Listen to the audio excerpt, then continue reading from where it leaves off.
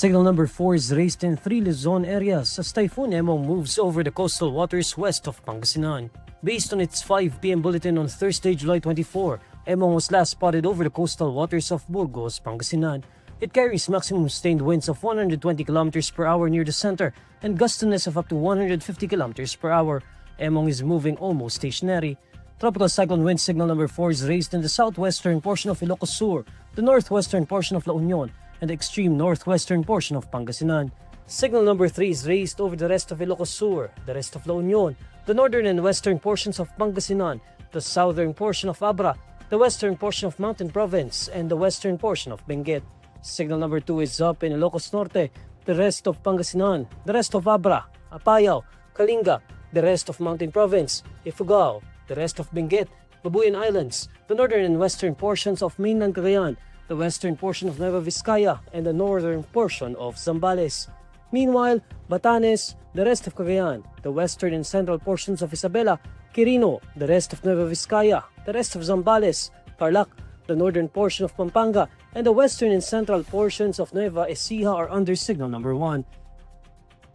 According to Pag-asa, Emong is currently slow-moving to almost stationary and is starting to turn more eastward towards the coastal waters of Pangasinan. The typhoon is then forecast to accelerate northeastward and to make landfall or pass very close to northwestern Pangasinan on Thursday evening. Pag-asa also says the typhoon may also make landfall in La Union or Ilocos Sur on Thursday evening or Friday early morning, July 25. Emong may still briefly intensify prior to landfall due to its compact circulation and favorable atmospheric and oceanic environment. Meanwhile, Pag-asa reports Tropical Storm Dante has exited the Philippine area of responsibility as of Thursday afternoon. Furthermore, the State Weather Bureau says the tropical depression outside the Philippine area of responsibility has intensified into a tropical storm with international name Crossa and is still being monitored. President Bongbong Marcos says he wants certain disaster response arrangements to be made semi-permanent in light of the recurring impact of typhoons caused by climate change. In an interview after presiding over a meeting at the National Disaster Risk Reduction and Management Council headquarters on Thursday, July 24, President Marcos notes that recent typhoons and other weather disturbances are no longer unusual as they now reflect the prevailing state of the climate. Huwag na nating isipin na baka magkabagyo. Huwag tayo mag-isip na ganun tayo kasi nung lumaki tayo, very maliwanag na maliwanag kung kailan ang typhoon season, maliwanag na maliwanag kung saan nagbabaha. Ngayon, hindi na ganun. Kaya nagbago lahat. And we have to see na pag wag na natin sasabihin baka magkabagyo, paano na pagdating ng bagyo? Dahil darating at darating yan. That is the fact of climate change. President Bongbong Marcos says he wants certain disaster response arrangements to be made semi-permanent in light of the recurring impact of typhoons caused by climate change. We have to make those arrangements almost semi-permanent because this is going to, as I said, this will going to happen. As I told them today, this will happen this year, it will happen next year, it will happen the year after that, etc., etc. So we have to think in those terms. Before the NDRRMC meeting, President Marcos visited San Mateo Rizal to check on evacuees affected by days of heavy rain and flooding.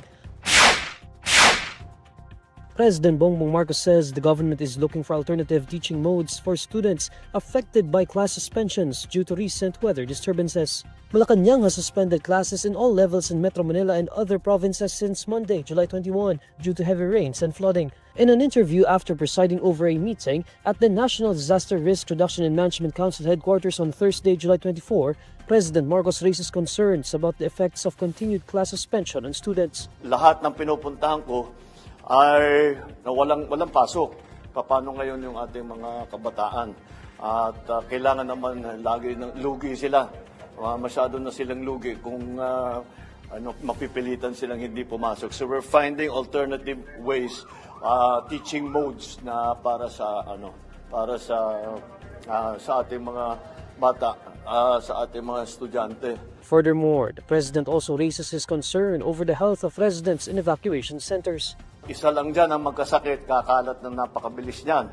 And so we are making sure that every evacuation center has it has a medical team composed of national government doctors and nurses, and also local government nurses and doctors.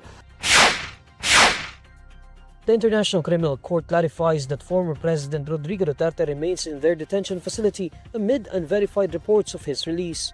In a message to reporters on Thursday, July 24, ICC Public Information and Outreach Section Outreach Officer Caroline Laurel says that if a suspect was released from the chamber's custody, the court would immediately and officially confirm it to the press.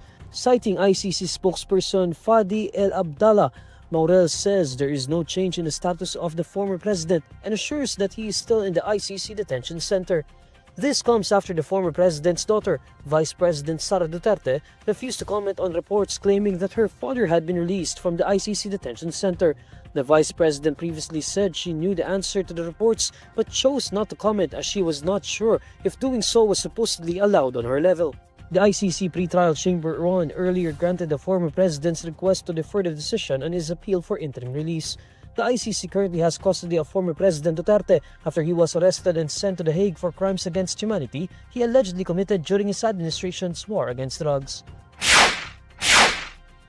Philippine National Police Chief General Nicolas Torre III says the Rizal Memorial Coliseum in Malate, Manila was already set for his boxing match against acting Davao City Mayor President Duterte. Torre began his training on Thursday, July 24 for his proposed boxing match against the Davao City Mayor. In an interview between his sets and sparring sessions, Torre says a ring is already being set up at the stadium. Anytime naman ready tayo. Okay, kung ready sila sa venue, I can show up. Pero nakaset na actually ang Rizal Memorial Coliseum. A ring is already being set up there para sa Sunday. When asked about the possibility that Duterte might not show up, Torre says, nasa kanya na yun. Whether he shows up or not, may mga sponsors na nagsabi na magdo-donate na lang ng pang-ayuda sa ating mga kababayan na nasalanta ng bagyo at ng baha. In his podcast last Sunday, July 20, Duterte challenged Torre to a fistfight. The PNP chief then accepted the challenge, proposing to turn the event into a charity boxing match for victims of the onslaught of the Southwest Monsoon or Habagat. Torre served as the director of the Criminal Investigation and Detection Group. He led the arrest of the Davao mayor's father and former President Rodrigo Duterte last March. After this, Torre and Duterte have exchanged tirades against each other. Torre, who was then a major general, was appointed to be PNP chief last June. This promoted him to the rank of general.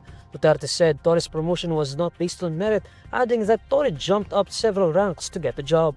In response, Torre pointed out that former President Duterte appointed former Davao top cop, now Senator Bato de la Rosa, who was then a brigadier general, to be the PNP chief in 2016.